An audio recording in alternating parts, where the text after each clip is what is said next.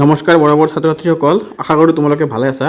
আজি আমি আৰম্ভ কৰিম ক্লাছ 7ৰ সায়েন্সৰ চেপ্টাৰ নম্বৰ 6। আমাৰ কি দি আছে চেপ্টাৰটোৰ নাম জলবায়ু পৰিৱৰ্তন আৰু ইয়াৰ প্ৰভাৱ।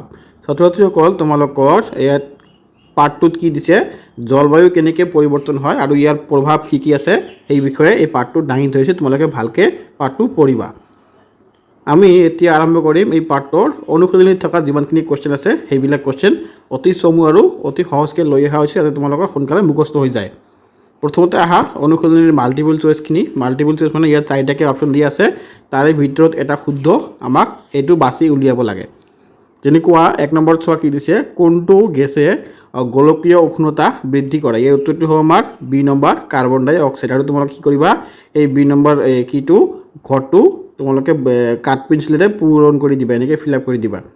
তাৰপিছত আহা 2 নম্বৰ কি দিছে আমাৰ, তলৰ কোনটো সেউজগৃহ গেছ নহয়, এইটো হ'ব অক্সিজেন গেছ। আৰু 2 নম্বৰটো তোমালোকে এনেকৈ পূৰ কৰি দিবা। 3 নম্বৰটো চোৱা কি দিছে, জলবায়ু পৰিৱৰ্তনে মূলত তলৰ কোনটো বুজায়। এইটো হ'ব আমাৰ চি নম্বৰটো উষ্ণতা আৰু বৰষুণৰ দীৰ্ঘম্যাদী পৰিৱৰ্তন। সেই চি নম্বৰটো তোমালোকে এনেকৈ পূৰণ কৰি দিবা। তাৰপিছত আহা 4 নম্বৰটো হৈছে তলৰ কোনটোক অধিক বৃক্ষৰোপণে সহায় কৰে। এইটো হ'ব কাৰ্বন ডাই অক্সাইড পৰিমাণৰ হ্ৰাস কৰতা। এইটো হ'ব আমাৰ ডি নম্বৰটো। এনেকৈ তোমালোকে কাঠপেঞ্চিলেৰে ধুনীয়াকৈ পূৰ কৰি দিবা। তাৰপিছত তোমালোকে আহা 5 নম্বৰ কি কৈছে, 5 নম্বৰটোত চোৱা কি দিছে আমাৰ কুৱেশ্যন, জলবায়ু পৰিৱৰ্তনৰ কাৰণে হিমবাহ গলনৰ ফলত কি ঘটে। ইয়াৰ উত্তৰটো তোমালোকে চি নম্বৰটো এনেকৈ পূৰ কৰি দিবা আৰু এনেকৈ চি নম্বৰটো তোমালোকে ইয়াত ৰাইট চিন দি দিবা। তাৰপিছত তোমালোকে পাবা কি খালী ঠাইখিনি ইয়াত মই লিখি অনা নাই, কাৰণ যিমানখিনি ইয়াত ঠাই দিছে খালী ঠাই, সেই ঠাইখিনিত সেই বস্তুটো লিখিলে তোমালোকৰ দীঘল হৈ যাব আৰু দেখাত বেয়া লাগিব। সেইকাৰণে মই খালী ঠাইখিনি এক্সট্ৰাকৈ লৈ আহিছোঁ। তোমালোকে এই 3 নম্বৰৰ তলতে খালী ঠাইখিনি পাই যাবা। 3 নম্বৰ কুৱেশ্যনটো শুদ্ধ নে অশুদ্ধ মই আৰম্ভ কৰাৰ আগত তোমালোকক ক'ব বিচাৰোঁ যে যদি তোমালোকে এতিয়ালৈকে মোৰ চেনেলটো ছাবস্ক্ৰাইব কৰি ৰখা নাই তেনেহ'লে চেনেলটো ছাবস্ক্ৰাইব কৰি ৰাখি দিয়া, এনেকুৱা ধৰণৰ ভিডিঅ' তোমালোকে পাই থাকিবা।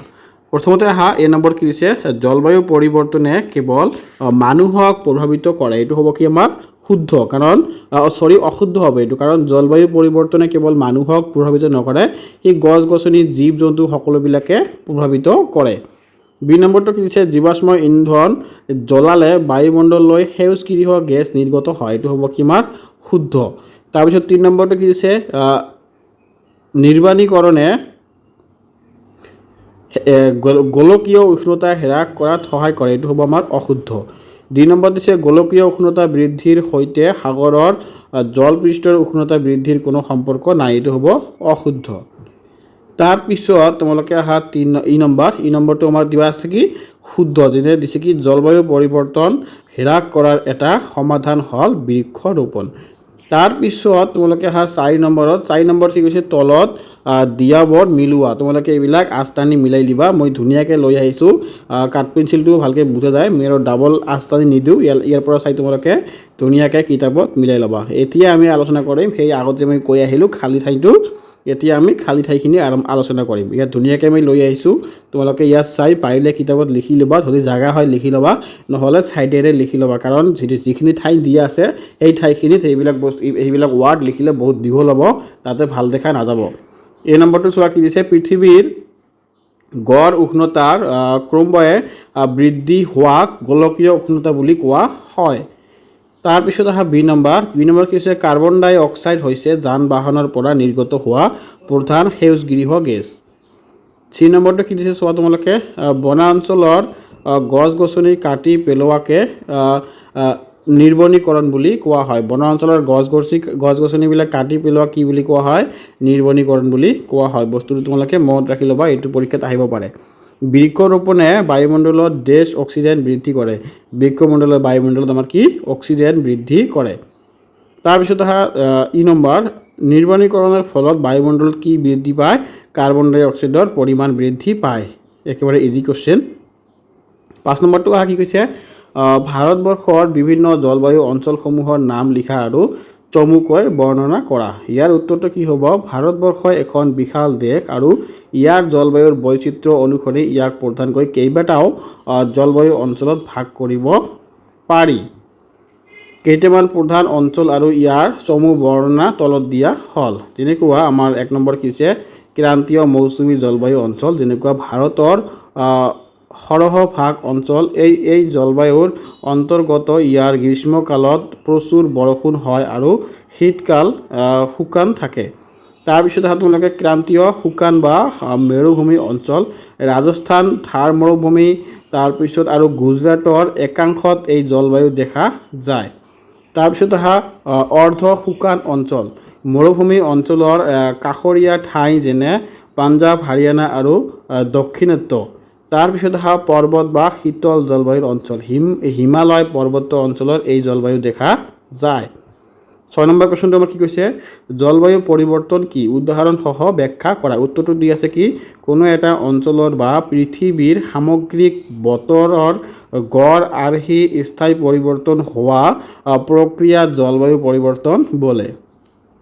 উদাহৰণস্বৰূপে আমাৰ কি দিছে, উদাহৰণস্বৰূপে কি, অনিয়মিত বৰষুণ আৰু খৰাং, আজিকালি সময়তে বৰষুণ নোহোৱা হৈছে, আৰু কোনো ঠাইত যদি হঠাতে অতিমাত্ৰা বানপানী হৈছে, আন কোনো ঠাইত আকৌ দীৰ্ঘদিন ধৰি বৰষুণ নোহোৱাকৈ খৰাং পৰিস্থিতিৰ সৃষ্টি হৈ আছে। তাৰপিছত উষ্ণতা বৃদ্ধি। উষ্ণতা বৃদ্ধি হৈছে গোলকীয় উষ্ণতা বৃদ্ধিৰ বাবে মেৰু অঞ্চলৰ বৰফ আৰু হিমালয়ৰ হিমবাহসমূহ অতি দ্ৰুত গতিত গলিবলৈ ধৰিছে, যাৰ ফলত সাগৰৰ জলপৃষ্ঠ বৃদ্ধি পাইছে। তাৰপিছত 7 নম্বৰ কুৱেশ্যন কি কৈছে, বৰ্তমান পৃথিৱীয়ে সন্মুখীন হোৱা আটাইতকৈ ডাঙৰ প্ৰত্যাহ্বানসমূহৰ ভিতৰত জলবায়ুৰ পৰিৱৰ্তনৰ এটা বুলি কিয় গণ্য কৰা হয়। ইয়াৰ উত্তৰটো কি হ'ব আমাৰ, জলবায়ু পৰিৱৰ্তনক বৰ্তমান পৃথিৱীৰ আটাইতকৈ ডাঙৰ প্ৰত্যাহ্বান হিচাপে গণ্য কৰাৰ প্ৰধান কাৰণসমূহ তলত উল্লেখ কৰা হ'ল। আমাৰ কাৰণকেইটা কি দি আছে, খাদ্য আৰু জল সংকট, অনিয়মিত বৰষুণৰ বাবে খেতি বাতিৰ ব্যাপক ক্ষতিসাধন হৈছে, যাৰ ফলত ভৱিষ্যতে খাদ্য সংকট দেখা দিয়াৰ সম্ভাৱনা প্ৰকট হৈ পৰিছে। তাৰপিছত প্ৰাকৃতিক দুৰ্যোগ বৃদ্ধি, জলবায়ু পৰিৱৰ্তনৰ ফলত ধুমুহা, বানপানী, খৰাং আৰু সাগৰীয় ঢৌৰ দৰে ভয়াৱহ প্ৰাকৃতিক দুৰ্যোগৰ সংখ্যা আৰু তীব্ৰতা বহুত বৃদ্ধি পাইছে।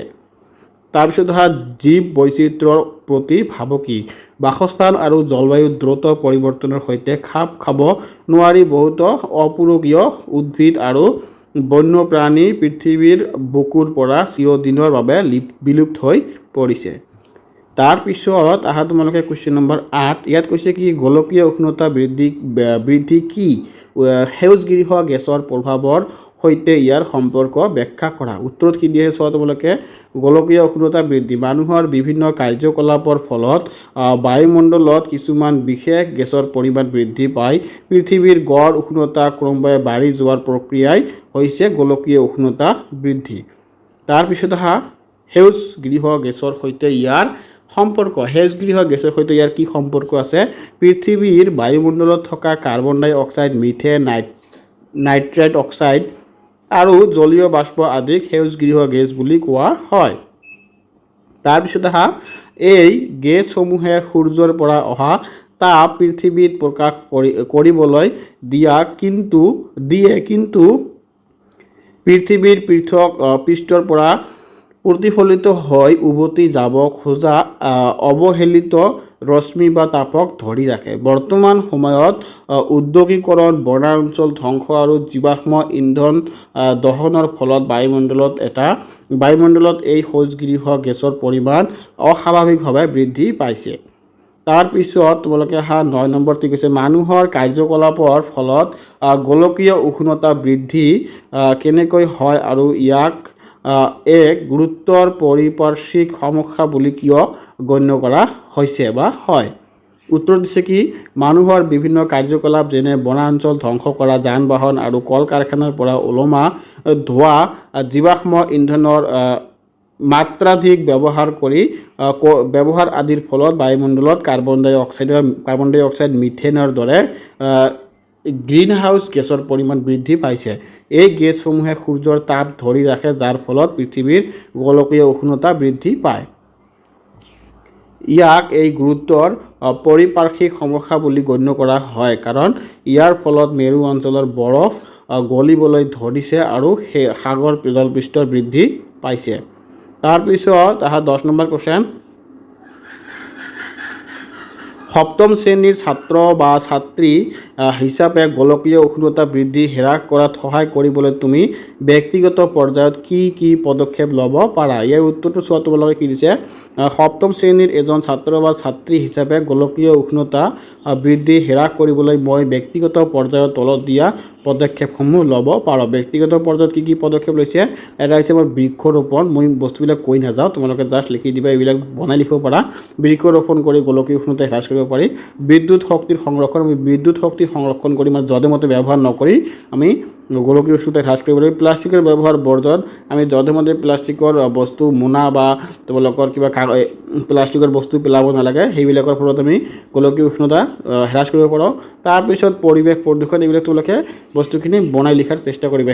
মুখস্থ কৰিলে তোমালোকৰ এইবিলাক বহুত টাইম যাব, সেইকাৰণে যিমান পাৰে তোমালোকে বনাই লিখাৰ চেষ্টা কৰিবা। আজি মই ইয়াতে সামৰণি মাৰিলোঁ। তোমালোকক যদি ভিডিঅ'টো ভাল লাগিছে চেনেলটো ছাবস্ক্ৰাইব কৰি ৰাখিবা, এনেকুৱা ধৰণৰ ভিডিঅ' তোমালোকে পায়ে থাকিবা। আজি মই ইয়াতে সামৰণি মাৰিলোঁ। তোমালোকৰ নেক্সট ভিডিঅ'ৰ লগত দেখা হ'ব। তো ভালকৈ পঢ়িবা ছাত্ৰ ছাত্ৰীসকল, আশা কৰোঁ তোমালোকে ভালকৈ পঢ়িবা।